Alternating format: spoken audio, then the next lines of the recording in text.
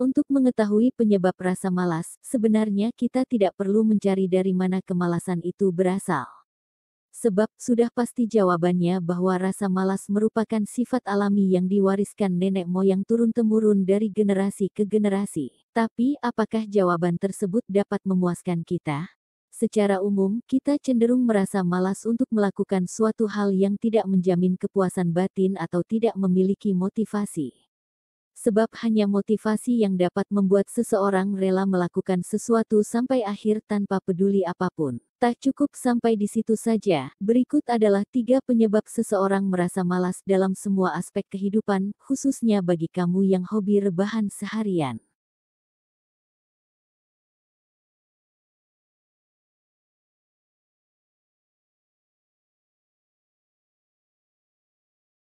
Kita semua tahu, penundaan itu seperti hutang yang berbunga.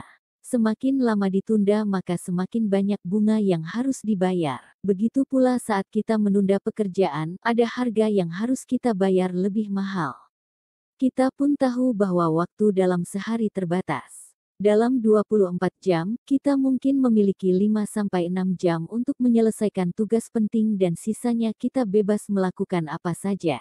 Nah, disebabkan lebih banyaknya waktu luang untuk bersantai, kita jadi berpikir bahwa tugas saat ini bisa digantikan dengan waktu luang nantinya. Namun sering kali rencana kita mengerjakan tugas di waktu luang pun mendapatkan halangan.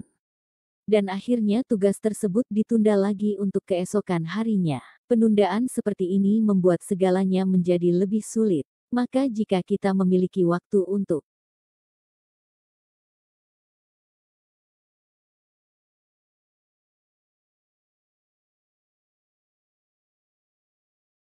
di era informasi dan kemudahan terkoneksi dengan banyak orang, ternyata juga membawa dampak negatif, semacam gangguan yang dapat mengalihkan fokusmu. Hal ini seolah mengatakan bahwa kemalasan tidak selalu berawal dari rasa malas. Terkadang kita sudah berniat untuk menyelesaikan suatu tugas, namun tiba-tiba notifikasi email, pesan masuk atau telepon sehingga dapat mengalihkan kita. Bahkan lebih dari itu, lingkungan yang bising juga bisa menjadi gangguan yang mengubah fokus kita saat bekerja. Dengan alasan-alasan tersebut, terkadang kita menghentikan pekerjaan. Saat gangguan dari luar terus datang, otak kita bekerja lebih keras. Hal itu menyebabkan kita menjadi mudah lelah. Nah, saat kita lelah maka mood juga akan ikut berpengaruh. Setelahnya kita akan menjadi malas.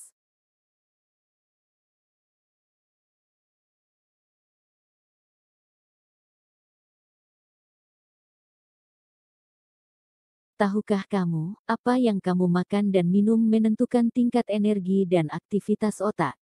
Gaya hidup modern memengaruhi makanan dan minuman yang kita konsumsi sehari-hari. Tak dapat disangkal bahwa saat ini banyak sekali makanan-makanan yang tidak sehat untuk otak dan tubuh. Tentunya hal ini membuat kita menjadi mudah lelah, mudah stres hingga malas.